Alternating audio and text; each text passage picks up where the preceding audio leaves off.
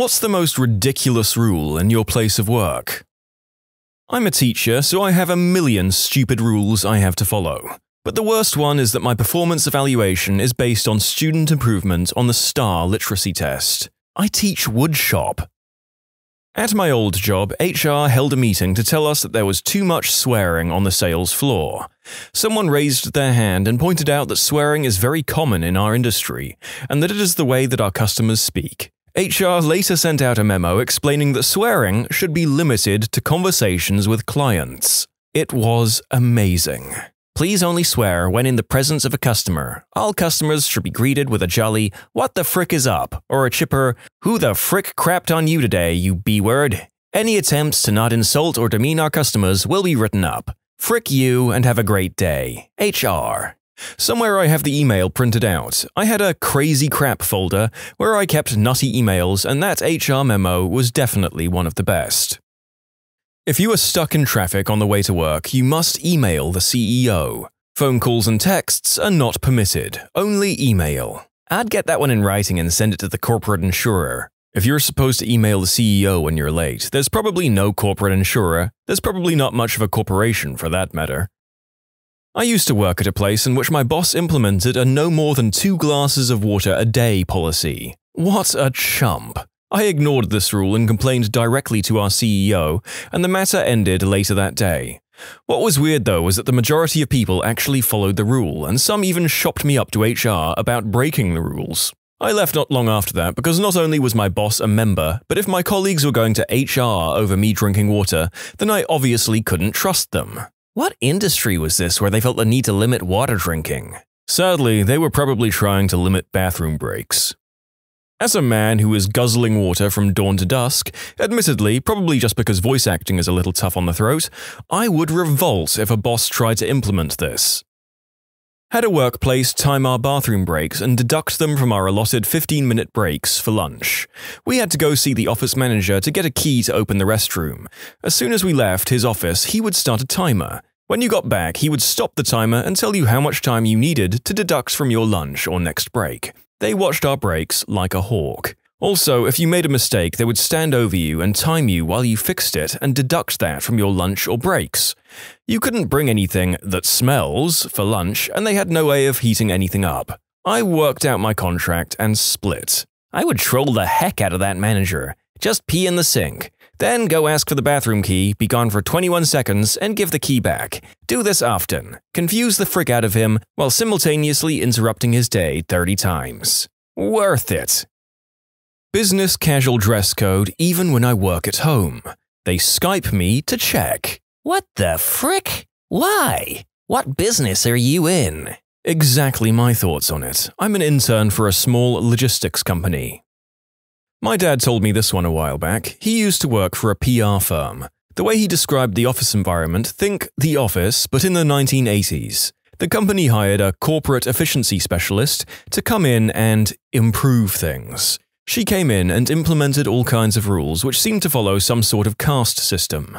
Her philosophy was, the higher your rank, the more perks you get. Her idea of perks? Number of pictures you're allowed in your cubicle. Whether you're allowed to have a potted plant or not. Coffee mugs were only allowed to senior employees. Others had to use paper cups. Being allowed to leave the office for lunch was also considered a perk. Needless to say, a coup soon followed, and she was tossed out on her hiney. Dress code policy is just dumb at my work. Different positions have different requirements, even though we all work in the same office. My favorite rule, though, is the one on shorts. We can wear shorts on Fridays, between Memorial Day and Labor Day. However, the shorts can't have pockets on the side. It was written to discourage ratty cargo shorts, but the way in which it was written allows me to wear gym shorts. So I do. Once worked at a place where some mini-boss decided that since UPS trucks don't turn left, we shouldn't either. I don't know if UPS trucks turn left or not, or if that is beneficial to them or not, and frankly, I don't care. The point is that mini-boss thought they did, and that was the reasoning he gave. He was an idiot, I didn't stay there long. This was a goddamn ambulance company with a 911 contract. I will turn left if and when I fricking need to turn left. Not my current job, but I used to work for some crazy people. You had to stand in a specific area while eating so they could see you on the camera. Don't talk to customers longer than 3 minutes unless you're making a big sale. Even then, keep it short. Answer the phone within 2 rings. Keep the conversation to less than 30 seconds. You can't talk to your coworkers outside of work. You can't talk to your coworkers while at work, even if there was not a single customer in the store. I'm sure there's more, I just can't think of them right now. Old job of mine in a warehouse. Our stations were pretty far apart, so when we'd listen to music, we'd all usually have our own stuff playing. Not a problem since you could barely hear the neighbor's music. Well, the CEO didn't like hearing multiple songs when walking through the warehouse. He made a rule that we all either had to listen to the same music or none at all. I'd put on the same song, but everyone started at 15 seconds apart. We got a new vacation policy where you could take unlimited time off. When he announced it, we looked at the big boss like he had a pee-pee growing out of his forehead. All the while, he assured us that if we wanted vacation, to take it. Really? A little bit awkward. He changed it to discretionary time off, meaning that if your boss approved, it was okay. Then changed it to 160 hours should be the max. And if you go over 200 hours, then you probably don't need to work here. I can't reconcile with how these people implement these policies and come across as a good person in their own heads. It's one thing to be desperate in rough times, but the sneakiness is what gets me.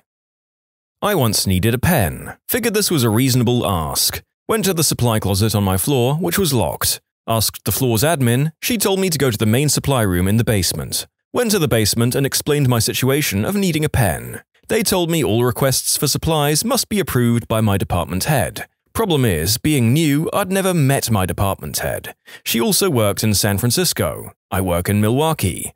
So I needed to send an email both introducing myself and asking her if I had permission to get a pen from the supply closet. This is my favorite one so far. It's so ridiculous in every way. In my first one-on-one with my boss, she asked me how everything was going. I said fine, but explained that I wasn't able to get a pen, which made taking notes and meetings difficult. She got up, went to her desk, and grabbed me a handful of pens.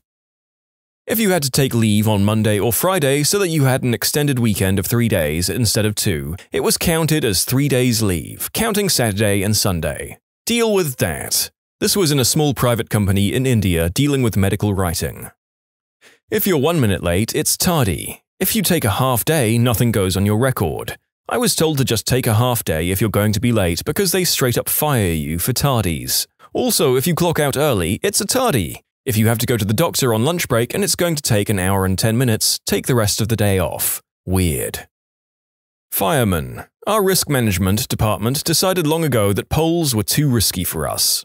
So we used the stairs. We have poles. Anyway, now the newest rule is no free weights, as in no free weights to work out and stay fit. Go into burning high-rise, absolutely. Walk around the station carrying 40-pound dumbbells, too risky. I feel you. My fire department just got some workout equipment, rowing machine and bike, and it had been delayed due to liability concerns. But we actually have a fire pole that we use. It's all very confusing. We aren't allowed to wear jackets unless they're purchased from the resort gift shop with the hotel name logo on it. They're $50+ and we don't get reimbursed, but it's the price you pay to stay warm in the cold months. McDonald's did this to us when I worked there. They paid half, but they were still like $50 to $60 for a crappy fleece. I just wore my regular jacket and nobody said a thing. Former job. There was trouble when I, officially, moved desks and my new desk had a phone with a call display. Apparently call display phones were allowed for people at a certain pay level. Your pay level also governed the height of your cubicle walls. My manager's solution was to promote me. Another former job, we were mandated to work on an engineering-related project outside of work hours, because a responsible engineer always gives back to the engineering community. I could live with that. However, your project had to be related to the company's business. We have to do all of our paperwork at least 3 times. There is a copy of it in our personal folders, a copy online, and a copy in our store folders. Not only does it waste time and paper, but forgetting to do one has gotten people fired. They did the other 2 identical pieces of paperwork confirming that yes, they did take out the trash, and yes, they did check the store voicemail, but how dare they forget to do the 3rd piece of identical paperwork. Our weekly visits from corporate revolve around whether or not we've done all this paperwork. It's so redundant. My workplace doesn't let you use the word problems. Instead, we have to say challenges if something is wrong.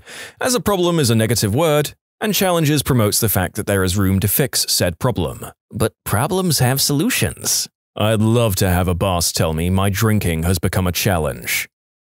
Former job at a law office. One of the partners sent an email to the entire staff that employees were not allowed to gossip in the building. What was everyone gossiping about, you ask? Oh, said partner was divorcing his wife and sleeping with one of the associate attorneys in the firm. But you know, don't gossip. All the extra toilet paper in the building has to stay in a single closet where it can be overseen by the toilet paper queen. I heard her shrieking the other day when she discovered someone had hoarded one spare roll of toilet paper upstairs so the people who work upstairs wouldn't have to walk down multiple flights of stairs when the toilet paper ran out. It's the cheapest one-ply toilet paper available on the giant rolls that only fit in the special dispensers. I can't imagine anyone wanting to steal it. I hope Toilet Paper Queen is actually her title. She allegedly does other stuff, I'm not sure what exactly. Hear that, kids? If you work real hard and keep your nose clean, you too can maybe one day be your office's toilet paper queen. Godspeed, listeners. We had a rule like that, so we all pooled $1 and brought our own TP at Costco, double ply. At first, managers were happy that they saved money on TP. Employees were mad that the company should pay for our TP, but it was a very unifying experience. Eventually, managers tried to woo us back to their side when they realized people were sharing pay information and just generally creating a united front. We had a spoon and milk queen who governed all the spoons and milk for my office. She would go around desks and hound people for spoons. People bought their spoons in so they wouldn't have to deal with her. But she didn't understand that people could bring in stuff from home and was adamant that they must belong to the company, and got angry if you opposed her spoon reclamation mission. She also redesigned our kitchen. In her grand redesign, she left out a cutlery drawer. But we still have triple-height pots and pans drawer, so that's something.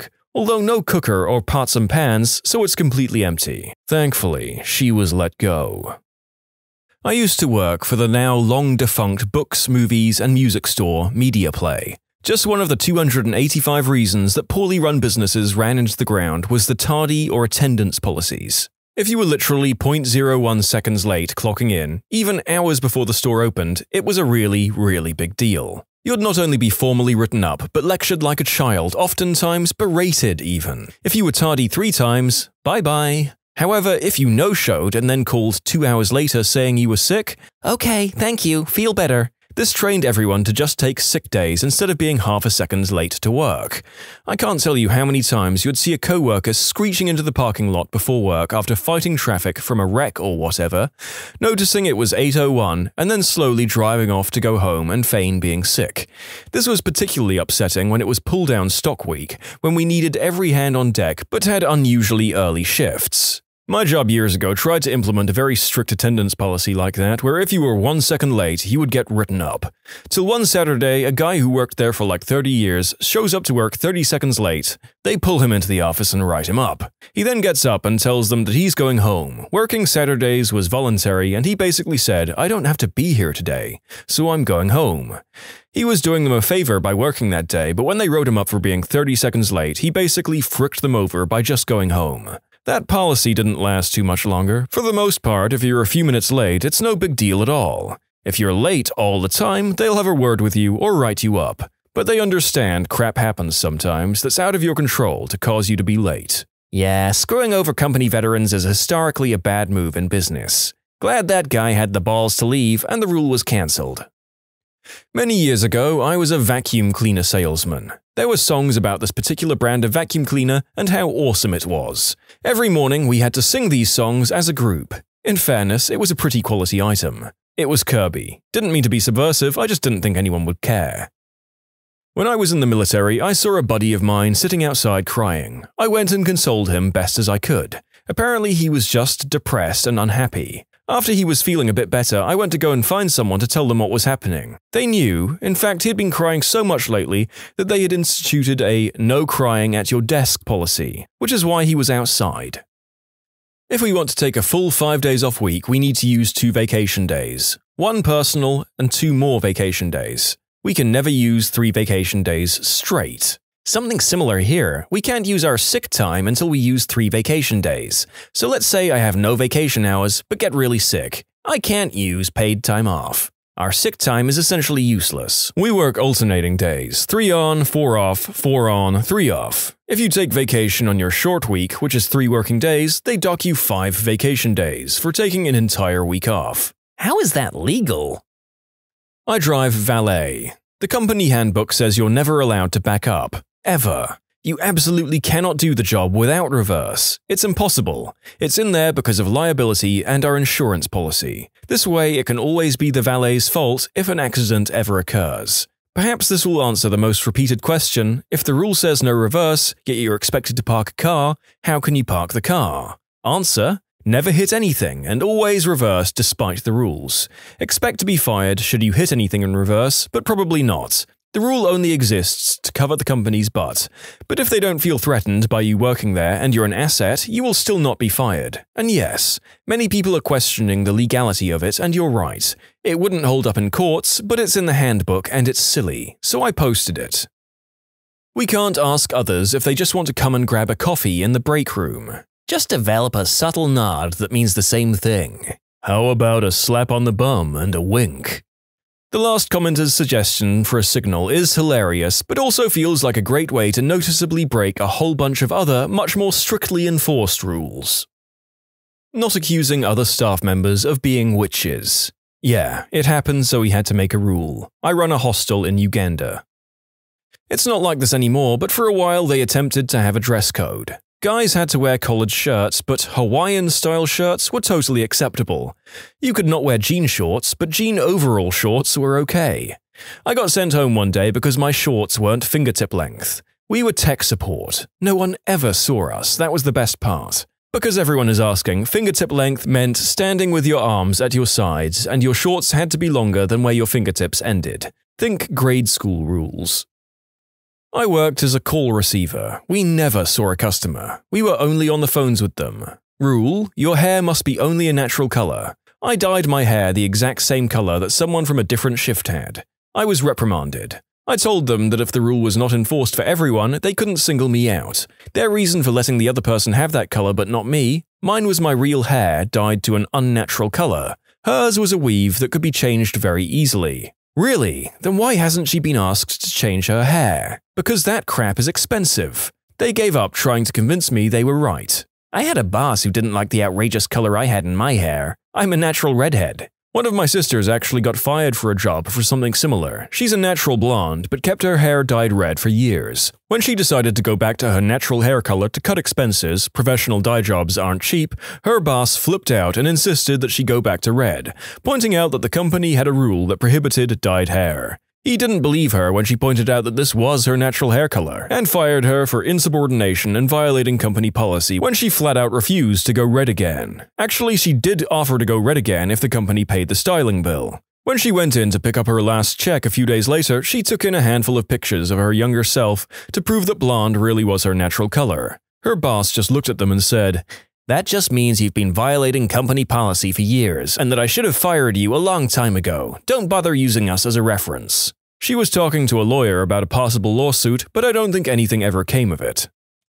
I work in retail and we have on-call shifts. Your name will be listed on the schedule for a certain time as a call-in, so you have to call 1 hour before your shift to figure out if they need you to work for the day. For example, you'd be listed as on-call for 2 p.m. and wouldn't know until 1 p.m. if you were working that evening. If you don't call in, it's considered not showing up for a shift, but there's no extra pay for the shift whether they need you or not. So for 3 days of the week, I don't know if I have work or not. Can't make any solid plans to do anything except call my work and ask if they need me. I can't imagine having children or elderly that need taken care of because it would be such a hassle to arrange care for them just an hour before having to work. You people reading this want me to sue this corporate demon. I'm looking into it now and will update with any relevant developments. I'm going to dig up my contract tomorrow and see if I can speak to a law person. Thanks for motivating me.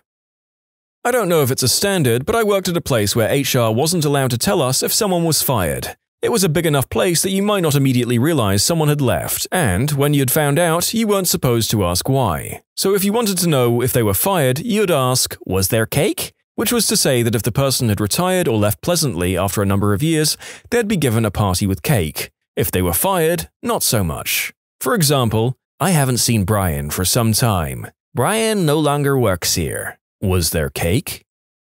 We have a lock on the first aid kits, so if you need a band-aid for a cut, you have to get the key from the safety guy, which in turn makes it a reportable accident, with mountains of paperwork and investigations. We use an unbelievable amount of duct tape now. Frick that, I'd be keeping a box of band-aids in a rarely used drawer or hidden away somewhere.